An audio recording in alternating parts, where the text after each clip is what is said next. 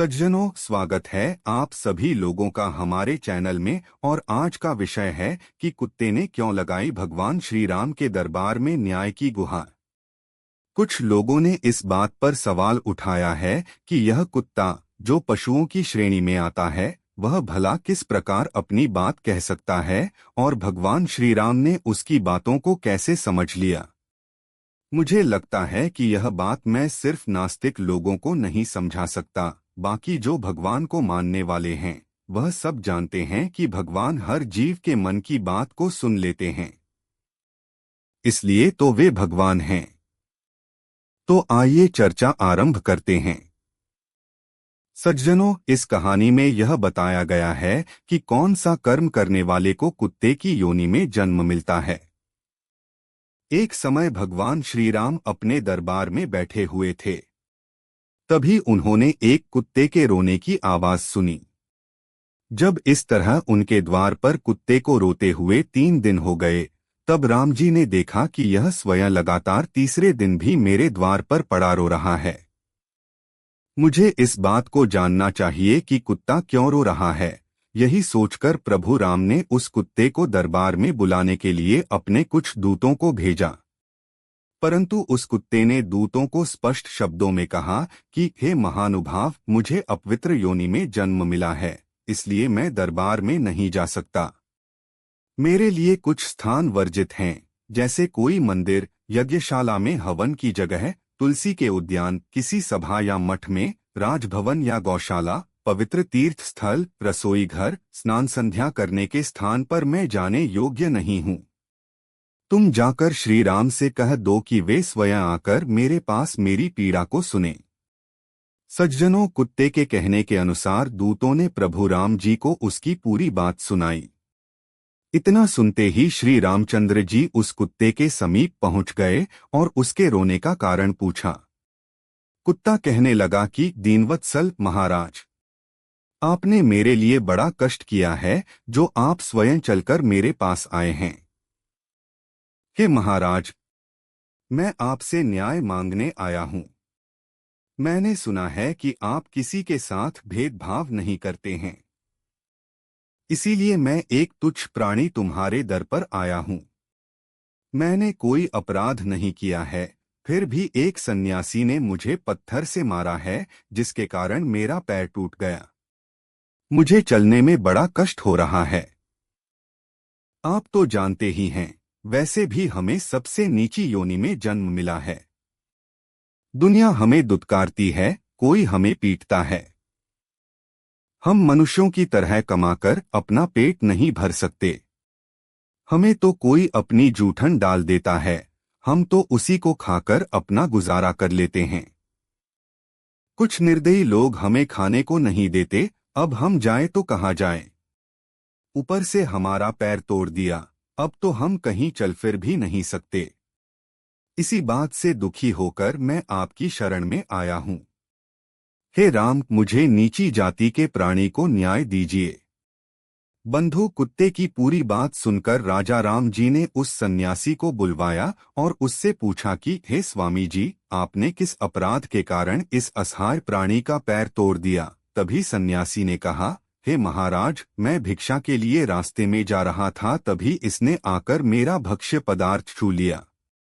दोपहर का समय था, मुझे बहुत तेज भूख लगी थी, इसलिए मुझे क्रोध आ गया और मैंने इसे एक पत्थर उठाकर मारा, जिसके लगने से इसका पैर टूट गया। सज्जनों, उस सन्यासी का पक्ष सुनकर श्री राम ने कहा, हे स्वामी, आपको मालूम होना चाहिए कि यह ज्ञानविहीन पशु है। यदि इसने अपना भक्ष्य पदार्थ देखकर आपको छू लिया, तो मैं इसमें इसका कोई दोष नहीं समझता। यह तो इसकी स्वाभाविक प्रवृत्ति है, इसीलिए आप ही इसके अपराधी हैं। यदि आपको भूख लगी थी, तो भूख तो इस कुत्ते को भी लगी थी। आपके पास भोजन कमाने को विवेक है। आप कहीं से भी धर्म से अपना भोजन एकत्रित कर सकते थे, परंतु यह तो ज्ञानविहीन पशु है। इसको भोजन न मिलने पर भूखा ही रहना पड़ा होगा। भगवान श्री राम कहने लगे, हे स्वामी, यह सन्यासी तुम्हारा अपराधी है। इसे तुम क्या दंड देना चाहते हो? तुम जो भी दंड इसे निर्धारित करोगे, हम वह इसे सजा देंगे। तभी कुत्ते ने कहा, हे प्रभु, इस सन्यासी को किसी शिवालय का महंत बना दीजिए, क्योंकि इसके अंदर लोभ, लालच, क्रोध, ईर्ष्या, द्वेष और घृणा कूट कूट कर भरी है। इसे अपने ही कर्मों से अपनी करनी का दंड मिल जाएगा। सज्जनों, इस तरह उस कुत्ते की बात मानकर श्री राम ने उस सन्यासी को सुंदर वस्त्र पहनाए, फूल माला और चंदन से उसे सुशोभित किया और एक पालकी में बिठाकर उसके साथ में तरह तरह के बाजे बजाते हुए उत्सव के साथ एक शिवालय में ले गए और उसी शिवालय का महंत बना दिया। क्योंकि इसके अंदर लोभ, लालच, क्रोध, ईर्ष्या, द्वेष और घृणा कूट कूट कर भरी है। इसे अपने ही कर्मों से अपनी करनी का दंड मिल जाएगा। सज्जनों, इस तरह उस कुत्ते की बात मानकर श्री राम ने उस सन्यासी को सुंदर वस्त्र पहनाए, फूल माला और चंदन से उसे सुशोभित किया और एक पालकी में बिठाकर उसके साथ में तरह तरह के बाजे बजाते हुए उत्सव के साथ एक शिवालय में ले गए और उसी शिवालय का महंत बना दिया। मित्रों, उस समय अज्ञानवश वह सन्यासी बहुत प्रसन्न होते हुए अपना भाग्य उदय समझ रहा था। इधर ऐसी न्याय व्यवस्था को देखकर दरबार के कुछ लोग बड़े विस्मय में पड़ गए। उन्होंने श्री राम से पूछा था कि प्रभु, सन्यासी ने तो कुत्ते की टांग तोड़ी थी, परंतु उसे दंडित करने के बजाय उसे शिवालय का महंत बनाकर उसे बहुत सारे सुख दे दिए। इस घूम रहे सुख को हम समझ नहीं पाए, इसका क्या अर्थ है? तभी कुत्ता कहने लगा कि सज्जनों, कुछ स्थान ऐसे होते हैं जहां लोभी, लालची, कामी, क्रोधी, ईर्ष्यालु और घृणा करने वाले लोगों को नहीं रहना चाहिए। जैसे खेत में धन रखने वाला, शिवालय, मठ, बगीचा, दानगृह। इन स्थानों पर रहने वाला, अनाथ स्त्री और बच्चों का धन हरण करने वाला, गाय, पेड़ और शिव को अर्पण किए गए धन को खाने वाला, अन्याय करने वाले का धन, राजा के घर पर पहुंचे हुए याचक को भगाने वाले, दूसरे का धन हड़पने वाला, प्रायश्चित के लिए दिए गए धन को लेने वाला, ब्राह्मण भोजन के लिए जुटाई गई सामग्री में से चोरी करने वाला और बेईमानी करके अधिक धन इकट्ठा करने वाला, ऐसे लोगों को मरने के बाद कुत्ते का जन्म मिलता है। कुत्ता कहने लगा था, सज्जनों, मैं भी अपने पूर्व जन्म में एक मठ का महंत था।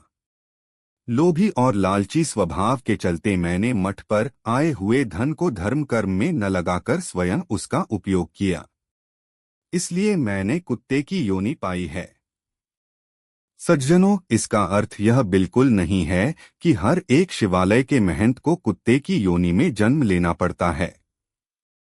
जो महंत ईमानदारी से मठ की सेवा करते हैं और उस पर आए हुए धन को असहाय लोगों में, दीन दुखियों में, अच्छे कर्मों में, पूजा पाठ में लगाते हैं, ऐसे महंत भगवान के धाम में जाकर उनके सेवक बन जाते हैं।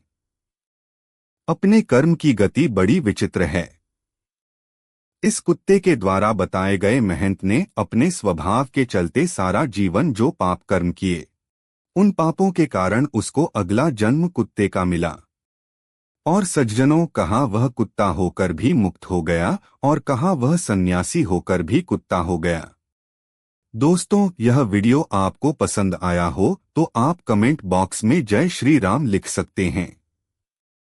इस वीडियो को बनाने का उद्देश्य किसी की भावनाओं को आहत करना नहीं है, बल्कि समाज में एक सही संदेश जाए, इसीलिए मैंने इसे प्रसारित किया है।